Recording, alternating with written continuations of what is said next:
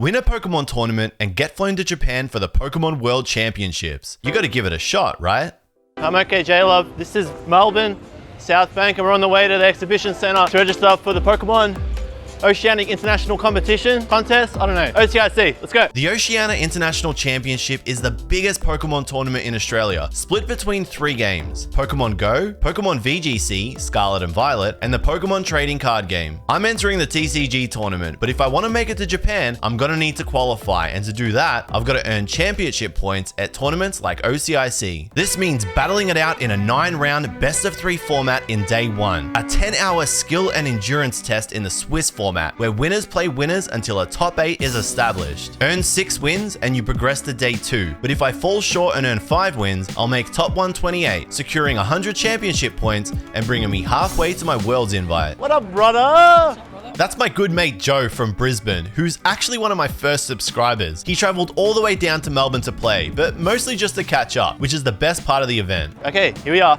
Exhibition Centre. We're registering or checking in before the event starts. So this is the night before, technically. Apparently there's a big line. There's gonna be a whole lot of people doing this, so. OCIC is an international event with cash prizes on the line too, which means players from around the world fly down to compete. Hey, this is Rahul, Reddy. Hey, how's it going, guys? Rahul, tell us a little bit about yourself. Hi, I'm Rahul. I play Pokemon, and I'm here because I do that. Do you usually fly across the continent? Because you're from America. Yeah, this is my 4th time here in Australia. I love it every time. It's my favorite IC. How are you feeling about the event? Nerves are finally kicking in. This morning I woke up and I was like, oh, it's finally starting to hit. So. What do you reckon is going to dominate the format tomorrow? I mean, I think it's always going to be a Lugia day. I think like the best players in the game will bring Lugia, and I don't think any deck has a better than like 50-50 matchup into it. So you have to kind of like high roll a little bit to even do well. So either you play Lugia and go into a bunch of Lugias, or like play a deck you're doing well and just kind of YOLO it. You here with mates? They're over there. I think they want to go get dinner. Man, I can't wait to see you tomorrow. Hopefully we pair up. Good luck, guys. Have fun, and I love being here. Thanks, man. Peace out. But overall, most competitors at this event are from Australia, and there are heaps. There is a lot of people here, like a bucket load. There's a lot of Melbourne people. What's up, boys? How you going? This is probably the best part about Pokemon events, is that you see so many people.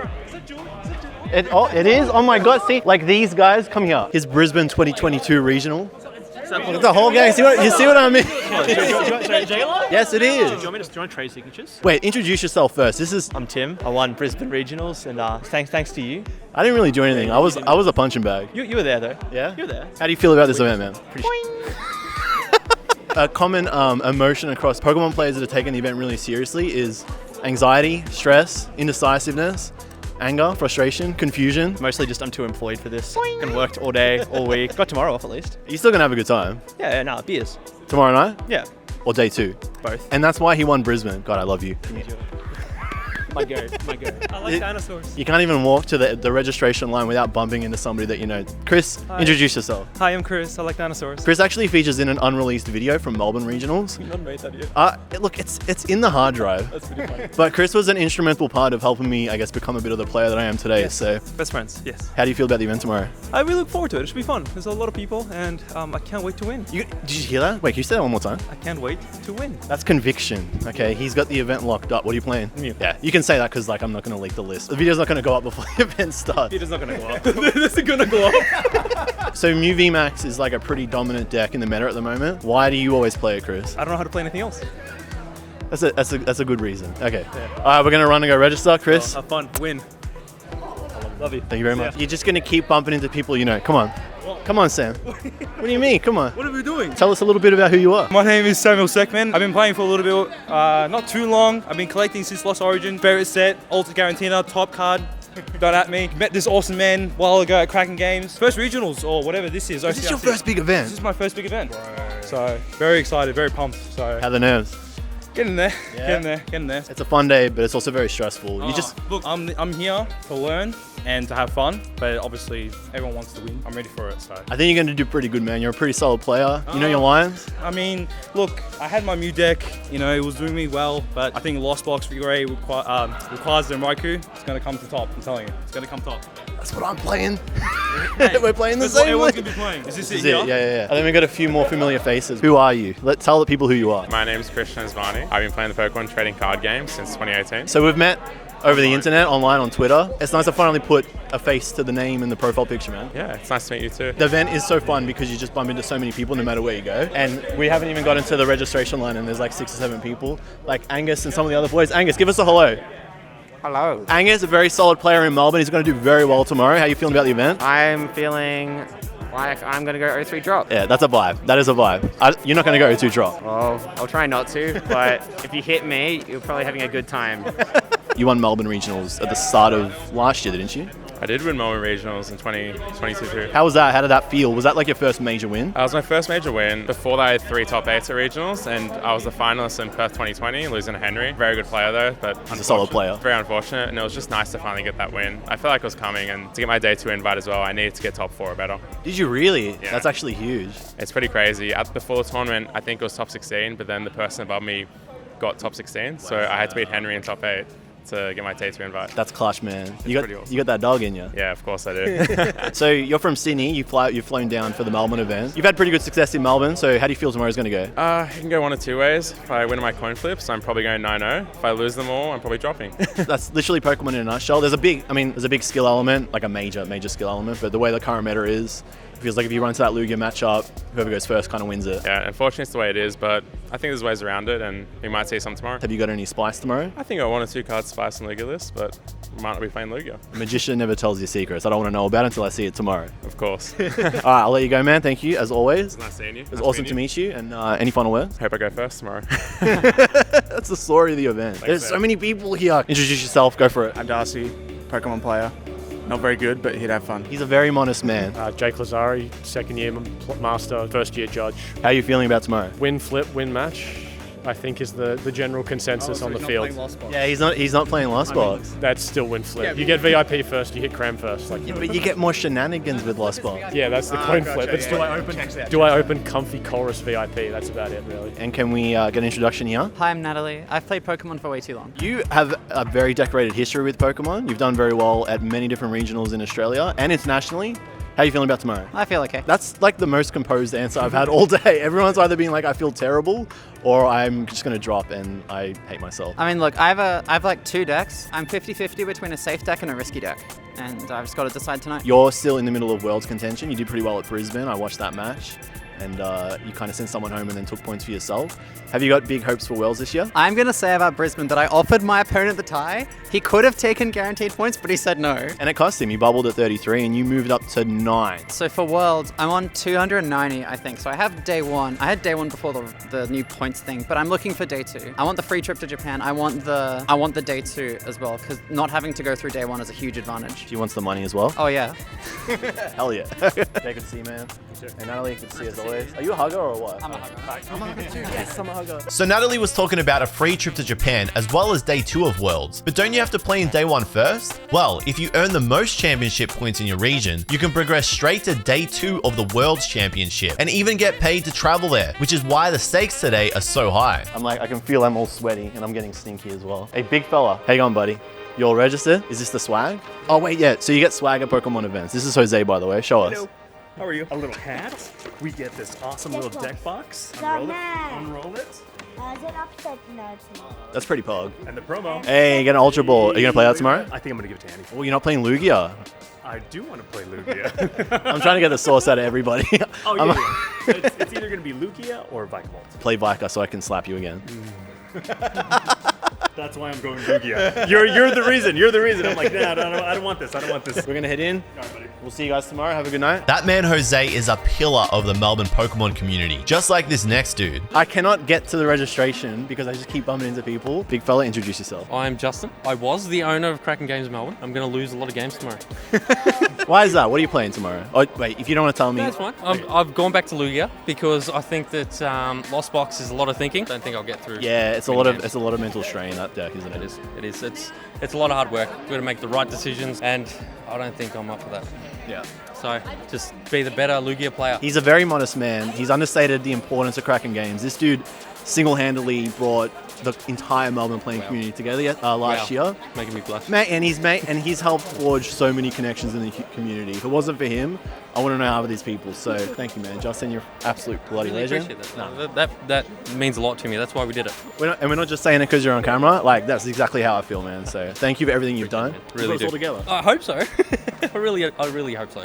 It's part of the fun of Pokemon, isn't it? 100%. That's why we do it. It's not so much the cards, it's the people you meet along the way. 100%. So after saying hello to nearly everybody in Melbourne, Get to the venue and check-in challenge impossible difficulty. we've almost made it. Oh yeah, here we go. This is it. It looks like we are finally here. And waiting here at the door is one more mate from the Melbourne scene. Hey, hang on, man. We're never gonna get to check in. Introduce yourself, big fella. My name's Bailey Craig. I'm a local player here in Melbourne. This is going to be my first international championship. Yeah, really excited. How you feeling going into the event? Do you feel like you've done enough preparation? Or you? I mean, I've been preparing 6 hours every night for the past month or so. I'm just hoping to have a good time and play to the best of my ability, I guess. I feel like just coming to the event, embracing it, being a part of it all. Just being here right now, just knowing that everyone around here is into this just as much as I am and is excited about this just as much as I am. Like, that's just, it just makes you happy. It's a buzz. It's like, it's hard to explain. It puts, the hair on your back stands up. So like, it's just exciting. a lot of people are like reuniting and seeing each other again for the first time or meeting for the first time. They met online. So it's a crazy buzz. And I've only met you once before, but yeah, seeing you, it just makes you light up. At long last, it's time to enter the venue. This is it. This is the event hall. This is where we're going to be playing tomorrow. It's completely decked out. There is stuff everywhere. Okay, we're checking in. We're doing the thing. Every competitor and spectator receives a pass that they'll need on the day. And after checking in, competitors are gifted with the exclusive swag Jose showed off. So we'll be back here tomorrow and we'll be competing in what is easily the biggest Pokemon card tournament of 2023 in the Southern Hemisphere. And I can't wait. I'm super pumped. This is where it all goes down. It's going to be a huge day tomorrow with a 9 a.m. start, so rest is essential. Naturally, I didn't get any. This is weird because like we're in public. I don't want to be too loud. No one else is talking on the train. I know. I'm that guy. It's about 7:40. All right. We're okay. This is it. You're doxing the train station. Oh, true. We're on the way. We're on the train and I'm a little bit nervous. Ben is actually sleeving his cards on the train. He's not prepared. How's your OCIC prep going, buddy? Terribly. Absolutely terribly. How many times have you changed your deck since this whole journey started? Probably 5 times. And that's not even a joke. How do you feel about the day? Do you reckon you're going to make day 2? Yes. Just a lone yes? Yeah. You want to expand on those thoughts at all? I want to farm all of the Lost Box players with Lugia. What about the Lost Box players that are playing Raikou V with the Ray? They'll be on the bottom tables, so you don't have to worry about them. Bloody dog. Tell everybody what you're actually doing now. When you start an event, you have to have all unmarked sleeves in your deck. So you throw out all your old sleeves, which are crinkled at the top, damaged, and switch them with new sleeves that are undamaged. Why are you doing this on the train? And not last night before you went to bed? Because this is the perfect time. You're not doing anything else on the train, so you may as well re-sleeve them here. Any final thoughts before we get to the venue? Julian's going to finish today probably 3-3-3. That's the biggest troll. Friendship actually over. How you feeling? We're almost at the venue. We're almost there. We're ready for round 1. How hot's it going to be today? It's going to be like 40 degrees. That is way too hot for 9 rounds. Probably what, a 10-hour day? I'm going to miss my UGG boots today. It's going to be like a 10-hour day. This pig wears UGG boots to tournaments, and I actually thought he was going to wear them today. Yeah, you got trolled. This is it. We're here, back at the exhibition center, ready for a big day of gaming. Excited. There's so many people. It's actually heaving. Here we are. It is game day. I walked back and recreated this shot so that we got like a nice scenic one of me walking up to the event. I don't know, I feel like there's a lot of people just sort of keeping to themselves a little bit. Everyone's just trying to get in the zone. Maybe there's a little bit more activity in the hall. My gang's here, we're just waiting for one more person, but this is it, it's happening. This is what 2 months of preparation has led up to, and we leave it all on the line now. Round 1 is always the most stressful, but luckily I got a pep talk from a local Melbourne legend and world champion. Is that Henry Brandt? Hello. Is that world champion Henry Brandt? Who are you? And with that, day 1 begins, and man was it intense. TCG rounds play out a best of 3 format, and you've got 53 minutes to win. Fail to play out 3 games and you tie. And at Pokemon tournaments, there's nothing worse than a tie. So every second matters, meaning there's no time for the camera. Well, that's not entirely true. This is literally me in the official stream, starting round 1 against Christian Twami, one of Finland's strongest players who was running Mew, which ended in a tie. Not the best start to the day, but definitely not the worst considering I was playing Lost Box, a deck that can handle a bit of everything depending what you throw into it. Cards like Drapion V make the Mew matchup free, but I chose to leave the Scorpion at home. This meant we needed a win to get things moving, and it came in round 2, where I got paired against a member from my Discord server? Seriously, this isn't even an ad for the server. It really happened. And I farmed his version of Lost Box playing the funny bird. Thanks for the easy win, Pab. I went into round 3 with some momentum where I faced off against Ryota Ishiyama, a Japanese player who finished top 4 in the 2022 World Championships. Running Lugia, the meta's strongest deck, I thought this was going to be an instant loss, but I managed to walk away with a 2-0 win and step out for my first break of the day. Round 3 just ended. We're with the boys. What's up, Ben? Ben? Okay, we're back, and I got told to put my stuff off the table. Why are you on the ground? Come here. Come here, Ben. All right, Ben, how you going? Hey, how you going? As in, like, what's your record? Oh, we're both 201. We're doing pretty well. We're farming bots. I'm not farming bots. I'm not doing a victory parade, but I had a pretty good win. Look, we executed our strategy that we tested during the week, which was, I can't even explain how good it feels that it's like you're vindicated that it worked. Yeah. So, yeah, I'm pretty good. I'm feeling pretty good, and I'm also pretty good. We're on to round 4 now. Yeah. What's the goal? We're just going to win 4 of the next 6 to get into tomorrow. Yeah. And then we'll be in day 2, and then we'll be high-speed gaming.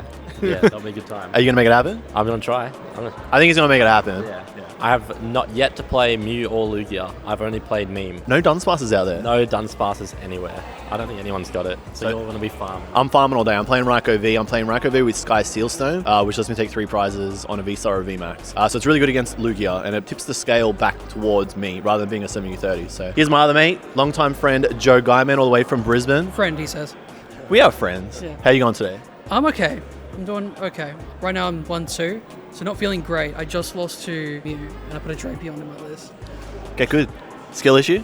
It was a skill issue. That's actually a skill issue. I bricked game 1 to be fair. Second game he lost zoned Drapion and stuck the Mixer. You having a good time?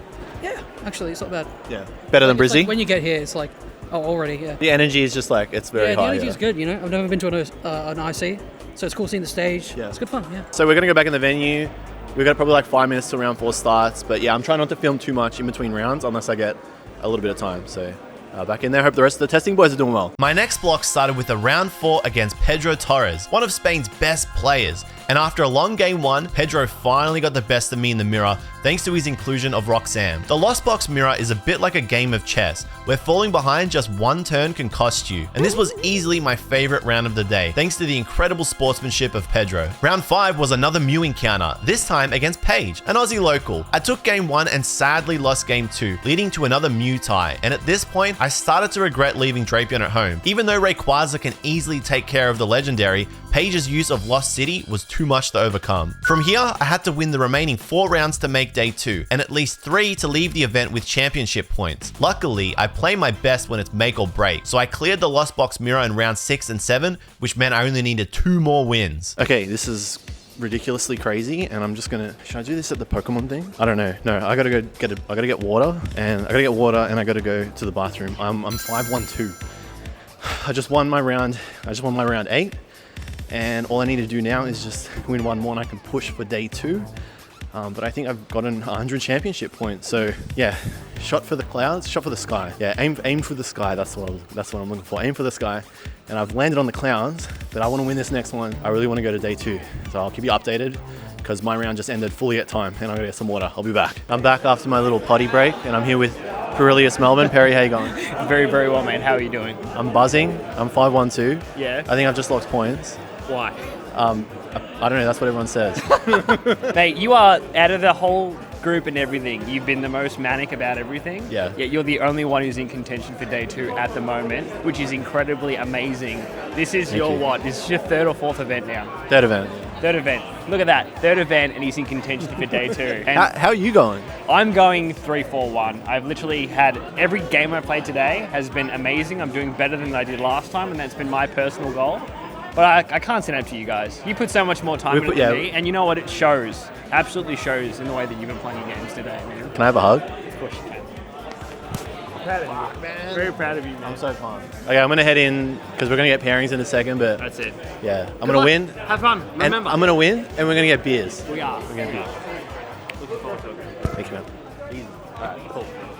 Get out of here. Unfortunately, there was no fairy tale for JLUV. I lost my round 9 in straight sets to an extremely difficult matchup, Starly Control, featuring Flying Pikachu VMAX. Yes, this is a thing, and it ended my day 2 dream, but this was far from a bad ending. We're getting standings. We're about to see. Please be civil. Don't make me get involved. That man you just heard is If there he's a is an king. error with the standings, I love this that man. player and that player alone. He's a king. And while waiting for the final results, I bumped into a dude who taught me a lot about Lost Box. Hey, you're James Cox. Hey, what's going on? This is filming. Did you have a good day? Do you want a camera out of your face? You can tell me if you just want. You good? I don't mind. Okay. How you going? Well, this is James Cox, massive player, top 4, top 8 worlds? Top 4 worlds. So James has a YouTube channel, and if you ever want to learn how to play like an absolute beast, check it out. James, show yourself out, man. It's like James CX on YouTube. And he streams. He streams his gameplay and he talks with chat and he will teach you as you play. Yeah, it's like James C TCG. You can find it there. Just follow on Twitter. I'll shout it out. I think we'll pop up. That's it. I'm getting my standings. Okay. I'm having a mare. I'm gonna stop it. I'm not gonna dox myself, but 74th. 74th. So I'm pretty happy with that. They could just look it up on Arcanine. Yeah, well they're gonna find. If anyone wants to find who I am, you probably would have figured it out by now anyway. We're gonna go get beers. So after 2 months of preparation, overall, OCIC was a success. I locked up 100 championship points, and so did Ben, bringing us halfway to our Worlds invite. And with a few more events on the horizon, the dream was starting to become a reality. Day 2 of the event was all about fun. We kind of put the camera away and just relaxed with our mates in the side events, watching the top cut play out. Our friend Rahul made it all the way to top 4, losing to his testing partner and close friend, Reagan Retzloff, until ultimately, AzulGG claimed the title of the OCIC 2023 Masters Champion. Fortunately, Rahul had a bit of time to spare and was down for a post-tournament interview. All right, I'm here with Rahul Reddy, who's flown all the way from America to compete in this IC. Rahul, how you going, man? I'm doing good. How you guys doing? We're doing pretty good. We caught up on the Friday for registration, on the Thursday. Yeah. So it's good to have you here after what has been an absolutely phenomenal performance here at this IC. How do you feel about your placing? I'm over the moon. I woke up this morning and I looked at the foot of my bed just to make sure that trophy was still there because it was my first top 4 in IC.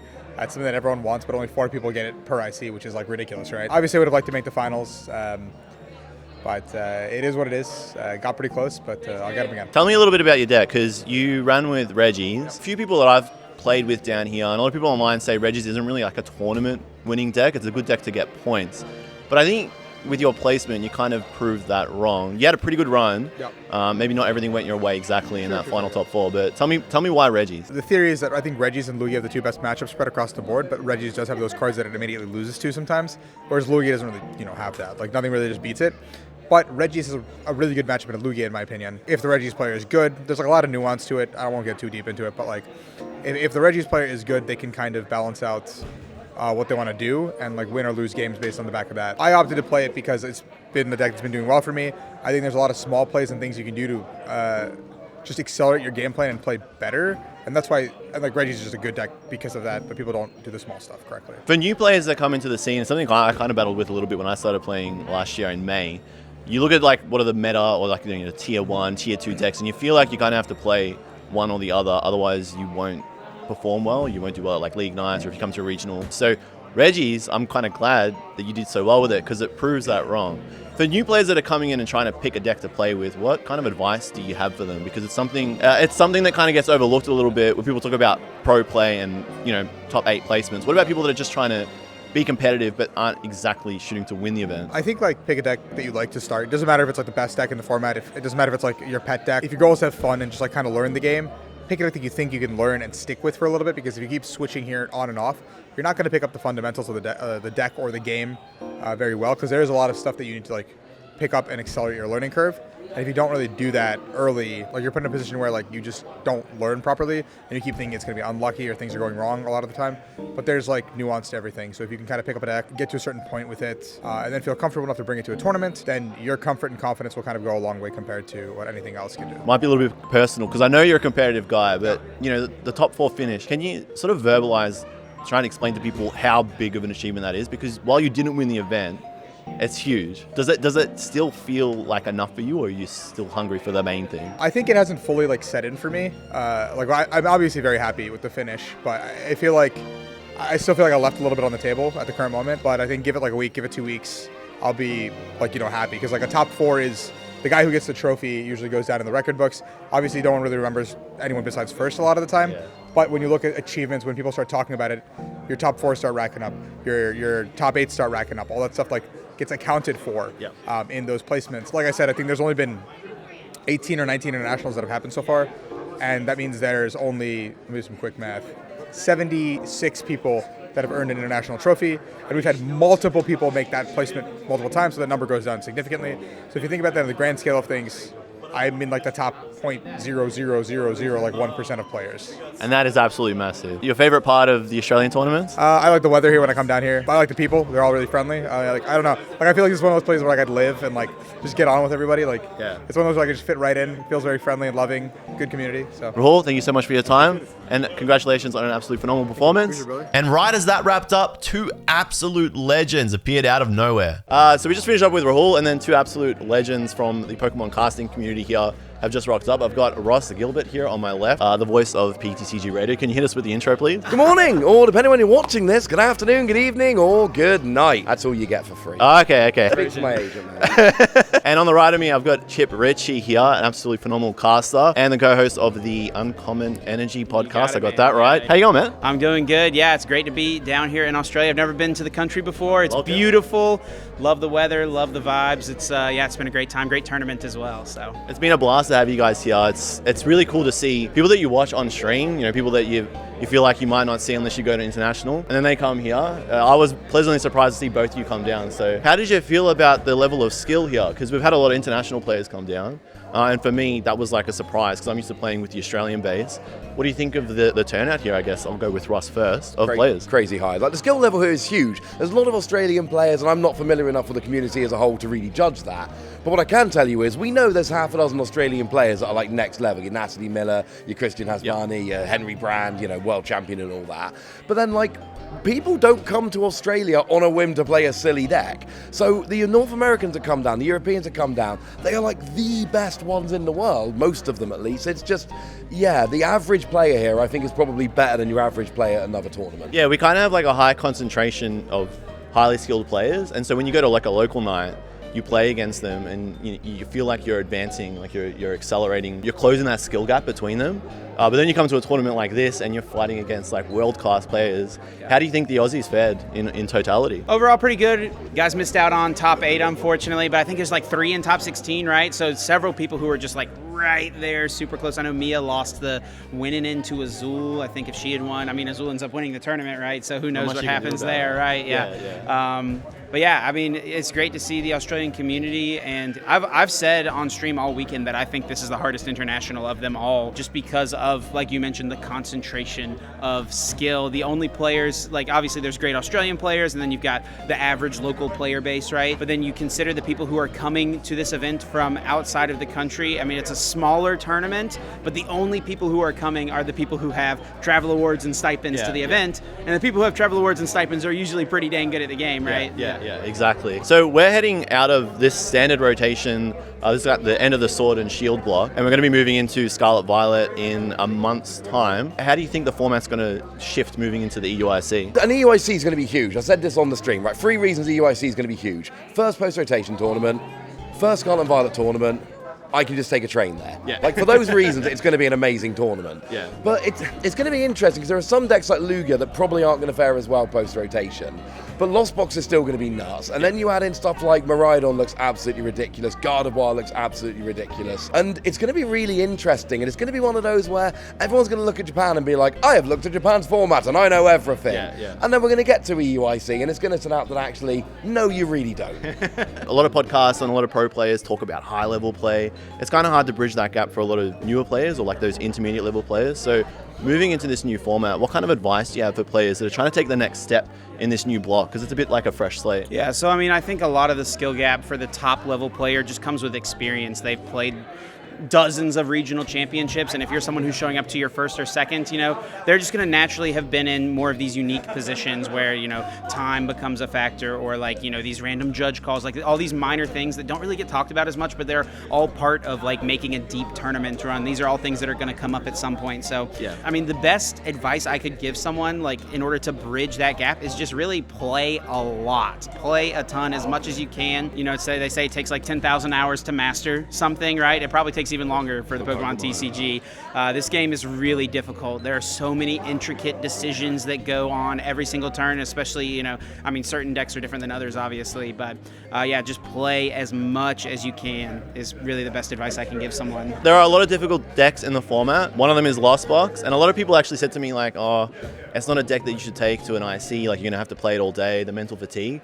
But the thing that really clicked for me was that I was having a ton of fun playing it, and because it was so fun, it just felt natural. And it was because we put so many hours into it, you know, we tested all the different matchups that it just became, you know, like riding a bike. And yeah, that's fantastic advice. Like have fun and thrash the count, put the hours in and do the reps. And one thing to add there, stop blaming luck when you lose. There's every tournament, there's so many players who went 6-3, but they should have gone 9-0. The 99% of your losses weren't actually luck. Your deck wasn't good enough, or you made a mistake, or something happened, or you just got outplayed. Sometimes your opponent just plays better than you. There will be very, very rare occasions where you did actually get unlucky.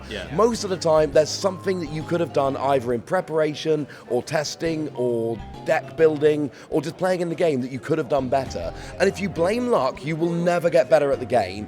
Even if you got a little bit unlucky, if you can find a reason you lost that is in your control, then you can actually get better at the game, because you noticed you don't see people like Tor tweeting out like, oh mate, I got so unlucky. They don't do that. They go, oh wait, I lost, let's get better. Yeah, learning to disregard and ignore the luck or the probability side of Pokemon and make those micro adjustments is, I think, pretty critical to taking your game to the next step. So there's also much of, you know, trying to find blame, but we can always improve in anything in life. So it's fantastic advice. Guys, thank you so much for your time. I feel like I could chat to you for ages, but any final words? No, Australia's great. I enyed this. It was great to have you. Chip. Yeah, great to be here, man. It's been a blast, and I'm sad I'm going to have to be going home, honestly. We'll see you next year, surely. Hopefully so, yeah. Easy. Thank you again, guys. I figured while we had the camera rolling, we'd sneak one last interview in, this time with the champion himself. All right, so I'm here with the Oceanic International Champion, AzulGG. Did I get it right? Garcia Griego. Yes, sweet. First of all, nice to meet you. Second, congratulations on an absolutely phenomenal effort, dude. How you feel? I feel pretty good. Yeah, it was nice to get another dub. Another dub is key there. So this is the second IC you've won. The first being NAIC in the previous season. What's kind of the goal here? Because winning an IC is a massive achievement. You played, I believe, 15 rounds, 16 rounds? 15. Yeah. 15 for this one, yeah. Over 2 days, like, what's the next step? You putting your feet up on the table, on the couch, or what? No, I got literally Knoxville next weekend, so the next goal is always to just win the next tournament, like whether I win, you know, all the ICs, or if I just can win, you know, OCIC and NAIC 2 or 3 times, I'll take that. I don't got to win LAIC or EUIC, but yeah, just try and win literally as much as possible. You're pushing, I'm assuming, anyway, for a big placement at Worlds this year. What do you think heading into a new format? With Scarlet and Violet, how do you think Worlds is going to play out compared to last year? I mean, it's hard to tell. We're about to hit rotation, and we'll get the first set. It's really hard to tell what's going to happen, though, because we only have that one set initially. So, I mean, hopefully it feels better than the last couple formats we've had, where we've kind of had that one dominant deck. Like, I think we're in the worst of it that we've had with Lugia. Yeah. Like, it's not going away. Like, we saw Mew and Palkia kind of take dips up and down.